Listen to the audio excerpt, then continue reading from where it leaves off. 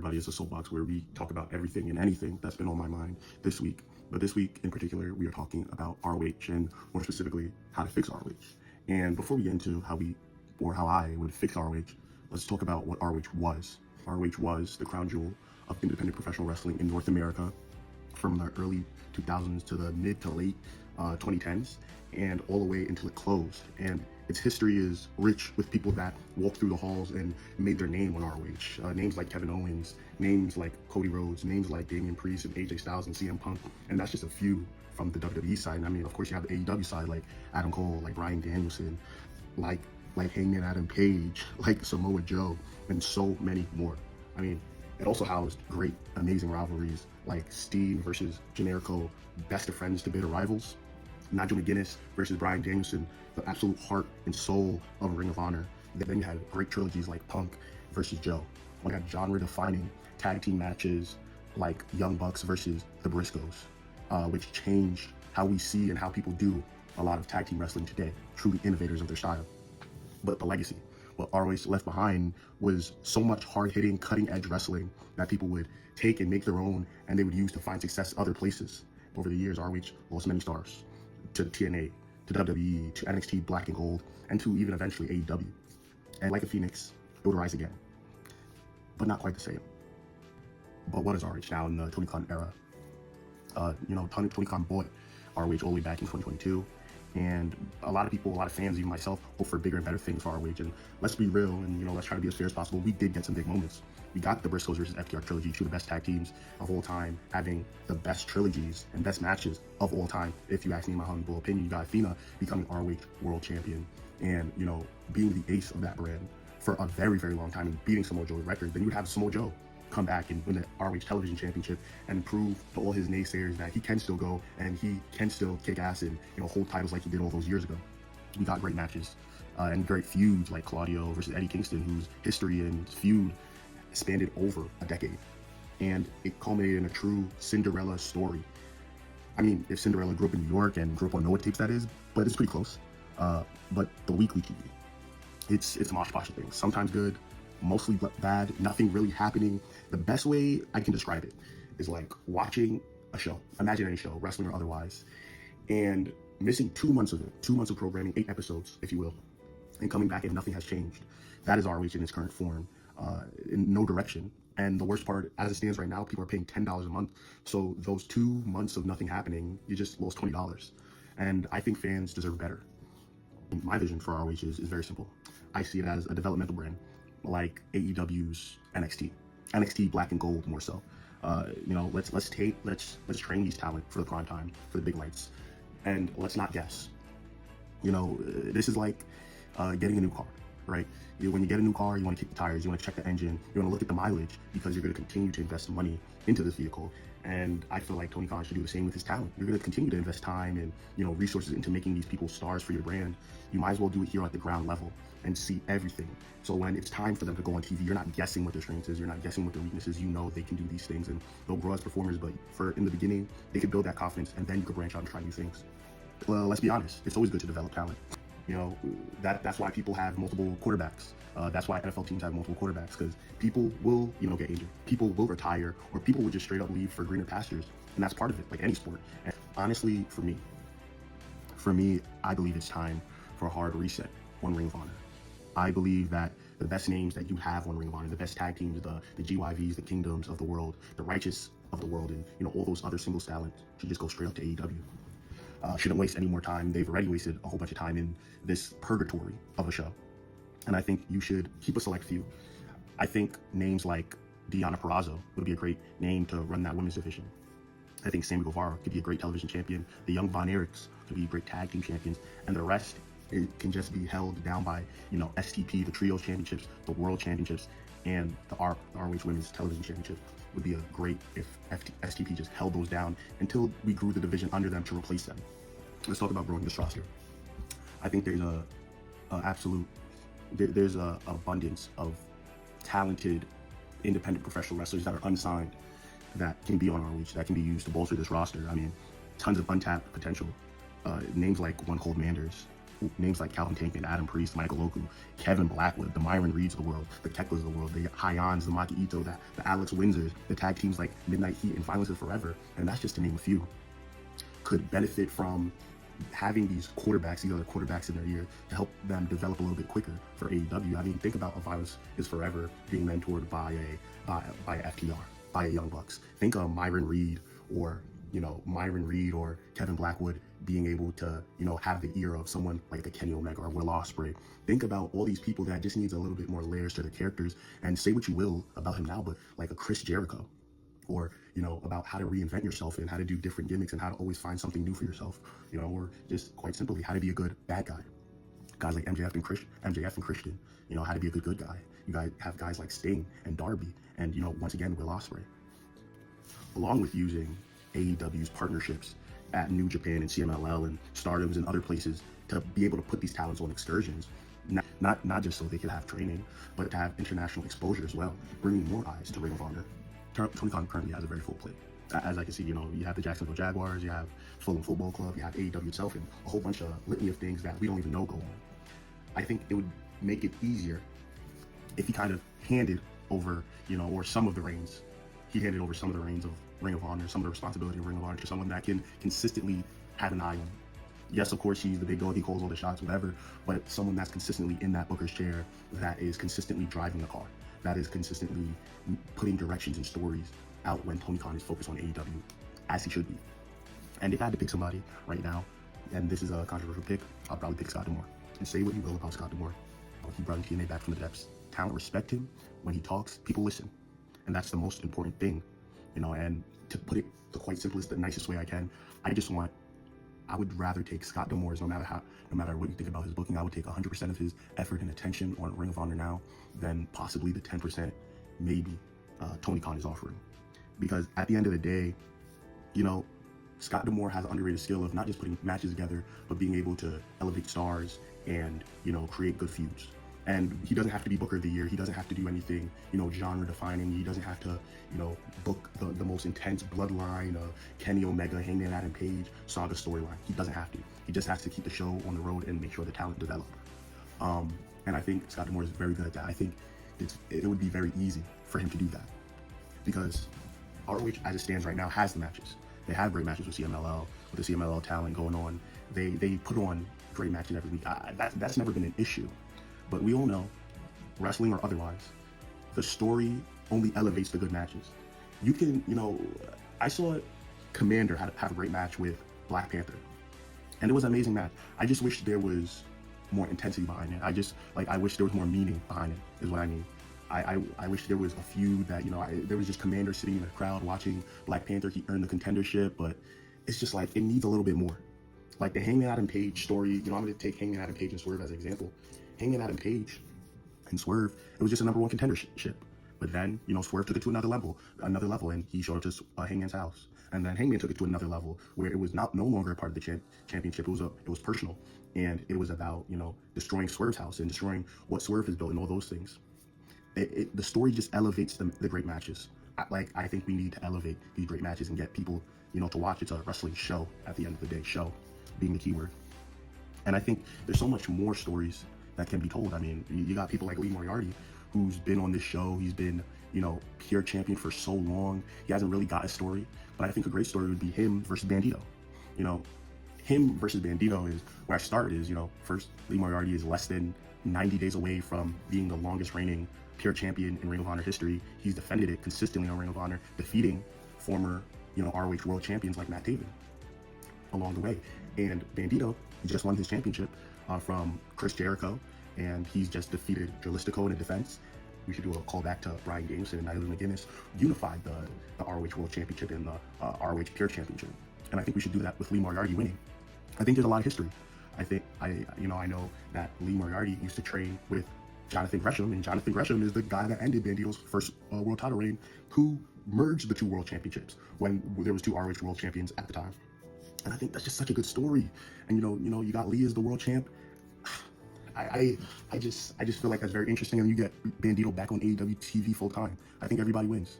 But, that's just the tip of the iceberg. You got guys like Jay Lethal sitting around, and, can Jay Lethal still be the franchise? That's a story that can be told. The STP takeover, as I said, with Shane Taylor and, the Infantry winning the Trios Championships. Trishador winning the ROH Television Championship. That's a story that can be told. You have the Von Erichs and Dustin, along with Sammy Guevara. I mean, hey, can this guy at an advanced age and in the later part of his wrestling career, close to retirement, as he just, he's like, I'm going to retire with AEW, it's very close to retirement, can he hold the tag team championships and the ROH 6-man championships at the same time consistently? How do the Von Erichs feel about it, that he's dividing his time? How does Sammy Guevara feel about it? Will he choose both and try to be a good guy? And will he lose both trying to be the good guy? Or will he ultimately have to choose? You have, all these stories that come to mind, and I just sat down for like 10-20 minutes and came up with those, and I feel like if you gave me another 10-20 minutes, I think I could come up with more. But to put it quite simple, everything that I've been complaining about or will complain about in this video is something Scott D'Amore has already addressed when he was with TNA, when he was with Impact Wrestling at the time. With a booker at the helm, with Scott D'Amore at the helm. I mean, if you can't get Scott D'Amore, I would just get the DPW guys, if you could. But with Scott D'Amore, with DPW, with the booker in general at the helm, I mean, I would increase events, because right now as it stands, there's only 3 events. And 3 events are not cutting it. I think it leaves a lot of downtime. I think it leaves a lot of time for people to forget about it, or people to lose interest. I think we should at least have, 4 big pay-per-views, a big 4 pay-per-views with specials in between that house, tournament finals and, stuff like that, like your Global Wars, your War of Worlds, your Honor United, or, just your odd special at the end of the month. Just so people have something to look forward to, just so you're always building the show to something that's going on. It doesn't have to be every title defended. It doesn't have to be something crazy. It can just be a big show at the end where a few titles get defended. Half the titles get defended here, half the titles get defended there, and call it a day. For events, I would have Super Card of Honor. Super Card of Honor, where you would have the history. You're honoring the history of Ring of Honor. Past previous names come to fight new names, the new generation of Ring of Honor. Then you have, Super Card. Super Card, you have your dream matches, your big matches. Then you have Death Before Dishonor, kind of stipulation heavy pay-per-view. Then you have Final Battle. That's your biggest pay-per-view. That's your All In. That's your WrestleMania. That's the big blow-off at the end of the year. And, of course, back to it. Having specials in between those to keep the flow and the hype going. And then you have tournaments on those, tournament finals on those big shows, like Top Prospect. And, this is a Yap session right here. But, bring back Top Prospects tournament. And, if you want to keep it as simple as possible, if you want to keep it as simple as possible for Top Prospects tournament, what I would do, I would get the guys and girls from DPW and put them in a bracket. You're going to watch them wrestle, and you're going to want to sign 1 or 2 of them. And it's going to be the easiest thing in your life, and they're going to put on good matches, and you're going to profit. Now, if you want to do something a little bit more eccentric, if you want to do something a little bit more interesting, I think we kind of change the dynamic. We keep the dynamic of the Top Prospects tournament, trying to find the best top prospects, unsigned talent, keyword unsigned talent, not just the young guys, the old guys, whatever, for Ring of Honor, for this tournament.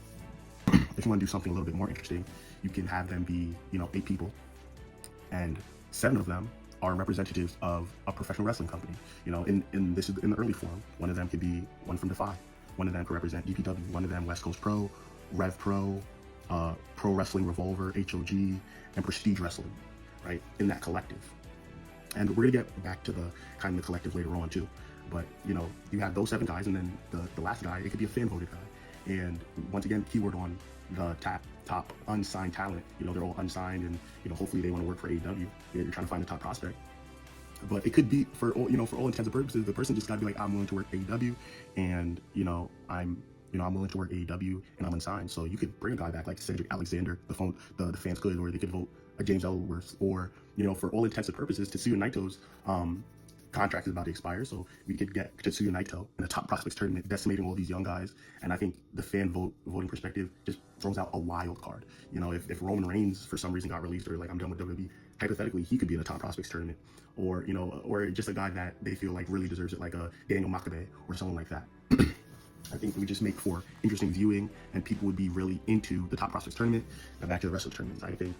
I believe the Reach for the Skies tournament, which could be a ladder match for a shot at the Tag Team Championships, also very interesting. A trios tournament, especially, but last but definitely not least, you would have the Survival of the Fittest tournament back in its original state, and the winner would get a shot at their respective world title, the men's world title or the women's world title for ROH. And of course, along to this calendar, along to this wrestling calendar, you could add your Global Wars, and while AEW is traveling, or while you're traveling abroad like they did in Australia, you can have your Global Wars, you can have your World Worlds, you can have your Honor Uniteds. depending on, where you're going, and those could be your collaborative events. If New Japan is having a G1, all the junior heavyweights are going to be free. You can use them. If they're having the best of the super juniors, most of the heavyweights are going to be free. You can use them on ROH, and just rotating and using different people from different rosters and using your partners to kind of train and bolster and make your ROH product as interesting as possible, and kind of bridging the gap for the fans, so there's not a lot of downtime to get bored. There's something always happening every time of year. I mean, and just really what this is all about is getting back to that identity of ROH, of Ring of Honor. I want three types of people on the show as regulars when they're signed. I want the young wrestlers, I want the seasoned wrestlers, and I want the wrestlers that have something to prove. I want everybody to walk, talk, and feel like they have a chip on their shoulder, because that's the true spirit of Ring of Honor, when nobody gave these people shots, when people brushed aside CM Punks and the Samoa Joes of the world. They turned to each other, the Bryan Danielsons and Nigel McGuinnesses. They turned to each other and had some of the best matches in the world and reinvented what pro wrestling could be for so many people. I want champions that are hungry to keep their championship. I want them to show up on the show as much as possible. And I want challengers that are scratched and clawed, and that will do whatever it takes to try to be the champion. I want everybody to be hungry, and I want the ROH champions to be traveling champions, kind of like old school NWA championships, showing up on partners promotions, trying to get eyes on Ring of Honor, and also independent wrestling as well, be like kind of a symbiotic relationship. You scratch my back, I scratch yours. I also want a hard brand split for Ring of Honor and AEW. I mean, if you're contracted to ROH, I want you to be contracted to ROH, and the only extra dates you're doing is showing up on independent wrestling shows, if you're a champion, and defending your championships on those Defies, on those DPWs, on those prestige wrestling shows, and getting the name out there. I mean, I think it's done wonders for ROH, kind of the exclusivity Athena has had, because Athena for such a long time, maybe despite Owen Hart Cup a season, she's been exclusive to Ring of Honor. That's the only place you can find her, or independent wrestling shows. And I think everybody should take a page out of her book and be exclusive to ROH. And when it's time, when the championships reigns ends and they've done all they could, and they go on to AEW and they're regulars on AEW, that's fine. But I feel like while you're on contract to ROH, I feel like you should be fully ingrained in trying to be the best you can be in ROH and honing your skills. I mean, I know there's a lot of champions in ROH, and they're having a pure championships tournament.